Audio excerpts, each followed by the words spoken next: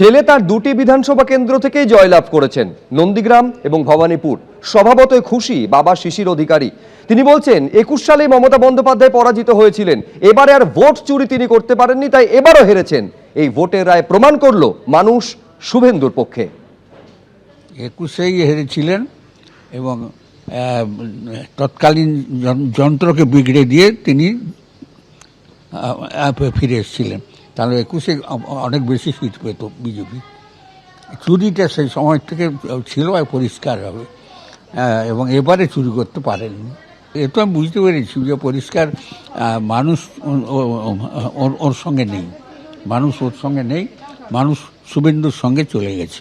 82 পর্যন্ত ওরা বামফ্রন্ট ঠিকই ছিল, 82-র পরে চলন বলন অঙ্ক কষা সব ভুল।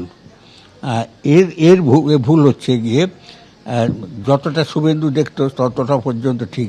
শুভেন্দুকে তাড়ানোর যোগ্যতা যেদিন শুরু হয়েছে সেদিন কাটিং শুরু হয়েছে। পরিবর্তন অ্যাকচুয়ালি নন্দীগ্রাম তখন বুদ্ধদেবুর হাতের বাইরে চলে গেছে অ্যাডমিনিস্ট্রেশন। একটা তর্কের খাতিরে যেই যা বুঝুক আমি বুঝতাম, এবং বুদ্ধদেবু বেঁচে থাকলে আজকে নিজে বলতেন। ওটা ভদ্রলোক, ওটা অস্বীকার করতে পারবে না কেউ। আমাদের সঙ্গে সম্পর্ক যথেষ্ট ভালো ছিল, খারাপ ছিল না। রাজনীতির লড়াই আমরা করেছি একবারে নেক টু নেক, কিন্তু কখনো ওর কোনো খারাপ কাজ দেখিনি আমরা।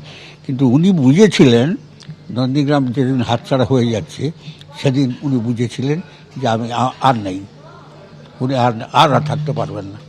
এবং আমি তো বিধানসভায় দাঁড়িয়ে বলেছিলাম, বেরিয়ে যাচ্ছি দরজার মুখে, যে তোমাকে পরাজিত করার পরে আমি অ্যাসেম্বলিতে আসবো। আমি যাচ্ছিনি, নন্দীগ্রামে হারাবো তারপরে আসবো।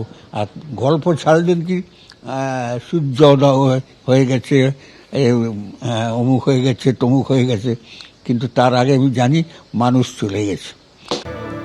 একদিকে আনন্দপুরে যখন আগ্নেয়াস্ত্র এবং বোমা উদ্ধার হচ্ছে, ঠিক তখনই মুর্শিদাবাদের সালারে উদ্ধার হচ্ছে বাড়ির ভেতর থেকে আগ্নেয়াস্ত্র। অভিযুক্ত তৃণমূল কর্মীকে গ্রেফতার করেছে পুলিশ।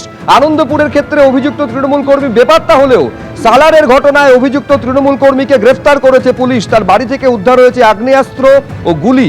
অভিযুক্ত তৃণমূল কর্মীর নাম বিকাই শেখ। তার বাড়িতে তল্লাশি চালায় পুলিশ, আর তল্লাশি চলাকালীনই উদ্ধার হয় একটি পিস্তল এবং 1 রাউন্ড গুলি।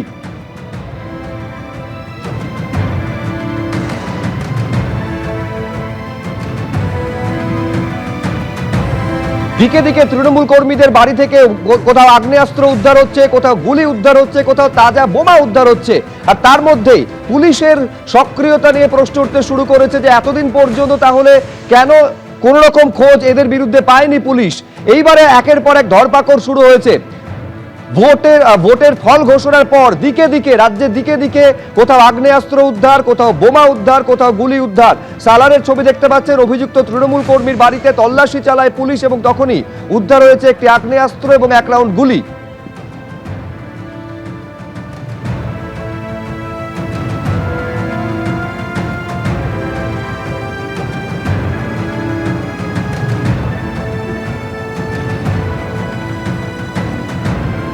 ভোট পর্ব মিটেছে, ভোট পর্বের ফল ঘোষণা হয়ে গিয়েছে। আগামীকালই চলতি বিধানসভার মেয়াদ শেষ হচ্ছে। তার আগে দিকে দিকে আগ্নেয়াস্ত্র উদ্ধার, কোথাও বোমা উদ্ধার, কোথাও গুলি উদ্ধার।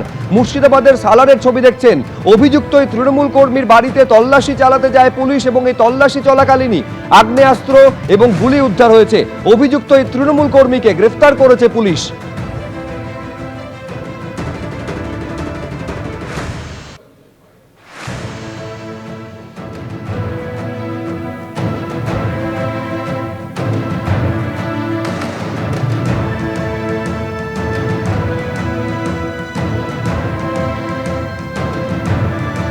গন্ডগোল পাকানোর চেষ্টা যদি কেউ করে তার বিরুদ্ধে আইনি ব্যবস্থা নেওয়া হবে। একেবারে সাংবাদিক বৈঠক করে কলকাতার পুলিশ কমিশনার কথা জানিয়ে দিয়েছেন। আর ভোটের ফল বেরোনোর পরে তৃণমূল কর্মীর বাড়ি থেকে অস্ত্র উদ্ধারের ঘটনা ঘটল।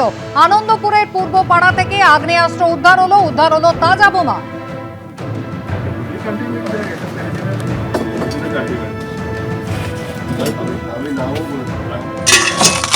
দুটো দানাও মনে হচ্ছে আছে, লাইট জ্বালা হ্যাঁ লাইট জ্বালিয়েছে। সুকান্ত মুখোপাধ্যায় আমাদের প্রতিনিধি সরাসরি রয়েছেন আমাদের সঙ্গে। সুকান্ত, কি উদ্ধার হয়েছে এবং এই তৃণমূল কর্মী তার কোনো হদিশ কি মিলেছে? দেখো, নারায়ণ রঞ্জিত নাম সেই তৃণমূল কর্মী, সে কিন্তু ঘটনার পর থেকে পলাতক। এই হচ্ছে তার বাড়ি, যেটি কিনা আনন্দপুর থানা থেকে ঢিলছোড়া দূরত্বে যে বস্তি রয়েছে এখানে, সেই বস্তির সেই ঘর থেকে কিন্তু ইতিমধ্যে উদ্ধার করা হয়েছে। গতকালকে সেন্ট্রাল ফোর্স নিয়ে আনন্দপুর থানা যখন এখানে আসে, সেই সময় কিন্তু এই যে গেটটা বন্ধ অবস্থাতেই ছিল।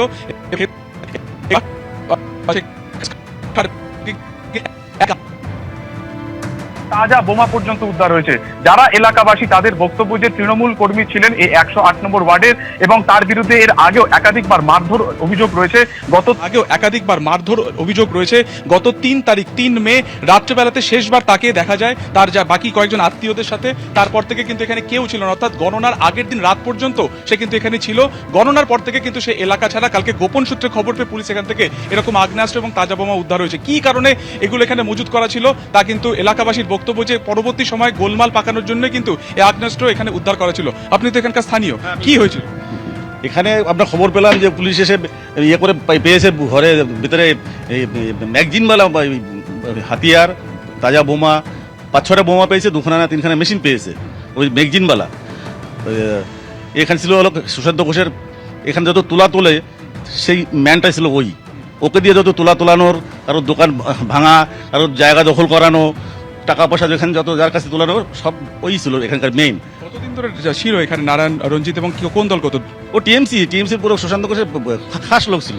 থানা থেকে ঢিলছোড়া দূরত্বে এরকম জায়গাতে এরকম আগ্নেয়াস্ত্র উদ্ধার হয়েছে, এর আগে কখনো রেড বা অভিযান হয়নি পুলিশের তরফে? পুলিশ তো এদের মানে কি বলবো, ভাই তোরা, পুলিশের সঙ্গে ভাই সম্পর্ক ছিল তো। গতকালকে কি গোপন সূত্রে খবর পেয়ে এখানে খাটের ভেতর থেকে উদ্ধার, আপনারা তো ছিলেন, কি দেখলেন, কি উদ্ধার হলো?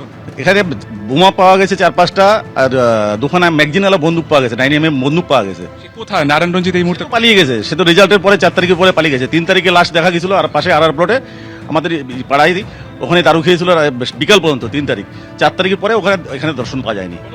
3 তারিখে অর্থাৎ গণনার আগের দিন পর্যন্ত এখানে তার কিছু সাঙ্গপাঙ্গ নিয়ে নারায়ণ রঞ্জিত সে এখানে ছিল, কিন্তু তারপরে অর্থাৎ যখনই গণনা শুরু হয় তারপর থেকে কিন্তু এলাকা ছাড়া হয়ে যায়। দেখতে পাচ্ছ পুলিশের তরফে ঘরটিকে বন্ধ করে দেওয়া হয়েছে, এবং ভেতরে যে খাট ছিল সেই খাটের বা বক্স খাটের ভেতর থেকে কিন্তু সেখানে একটি প্লাস্টিকে মোড়া থলি তারা পায় পুলিশ, এবং সেখান থেকে একের পর আগ্নেয়াস্ত্র সেখান থেকে উদ্ধার হয়। যে ছবি তুমি এই মুহূর্তে দর্শক দেখছে তা থেকে দেখা যাচ্ছে এটা প্লাস্টিকের ভেতর থেকে সেখান থেকে আনন্দপুর থানা কিন্তু সেখান থেকে আগ্নেয়াস্ত্র উদ্ধার হচ্ছে, এবং ঘরের আরেকটি জায়গাতে 3 থেকে 4টি তাজা বোমা সেখান থেকে উদ্ধার হয়েছে। কেন সেগুলো এখানে রাখা ছিল, কার নির্দেশে এগুলো এরকম একটি বস্তি এলাকাতে তিনি রেখেছিলেন এই নারায়ণ রঞ্জিত, পুরোটা কিন্তু খতিয়ে দেখা হচ্ছে। কিন্তু ঘটনার পর থেকে সে পলাতক। এই যে পূর্বপাড়া বস্তি তুমি দেখতে পাচ্ছ, একের পর এক ঘর রয়েছে, প্রত্যেকটা ঘর কিন্তু লাগোয়া, তার মধ্যে এরকম তাজা বোমা পাওয়া সেটা কিন্তু অত্যন্ত গুরুত্বপূর্ণ। যদি কোনো রকম দুর্ঘটনা ঘটতে পারতো সেক্ষেত্রে কিন্তু গোটা বস্তি যে রয়েছে সেটা একটা মারাত্মক দুর্ঘটনার মধ্যে পড়তো। গতকালকে সেন্ট্রাল ফোর্স নিয়ে এসে এখানে ব্যাপক সার্চ হয়, এবং সার্চের পর দেখা যাচ্ছে ভেতরে সমস্ত যা জিনিসপত্র ছিল তা বাইরে বের করে দেওয়া হয়েছে। ঘরের অন্যত্র কোথাও কিছু রয়েছে কিনা সেটা গভীর রাত পর্যন্ত সার্চ হয়, এবং ভেতর থেকে তাজা বোমা এবং আগ্নেয়াস্ত্র তা কিন্তু উদ্ধার হয়েছে। এখন প্রশ্ন হচ্ছে যে কার নির্দেশে এখানে নারায়ণ রঞ্জিত যে মূল অভিযুক্ত ছিল, যে ঘটনার পর থেকে এলাকা ছাড়া এখানে সে বোমা এনে রেখেছিল, গোটা বিষয়টি খতি দেখছে কিন্তু আনন্দপুর থানার পুলিশ। একেবারে গায়ে গায়ে ঘিঞ্জি ঘর রয়েছে, এবং সেখানে একেবারে বক্স খাটের মধ্যে থেকে আগ্নেয়াস্ত্র উদ্ধার হলো, বোমা পর্যন্ত উদ্ধার হলো।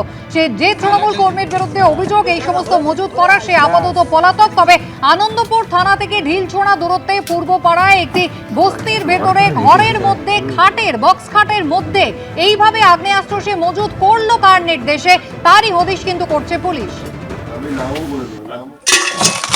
দুটো দানাও মনে হচ্ছে আছে ওইটা। লাইট জ্বালা হ্যাঁ, লাইট জ্বালিয়েছে। হ্যাঁ ব্যাস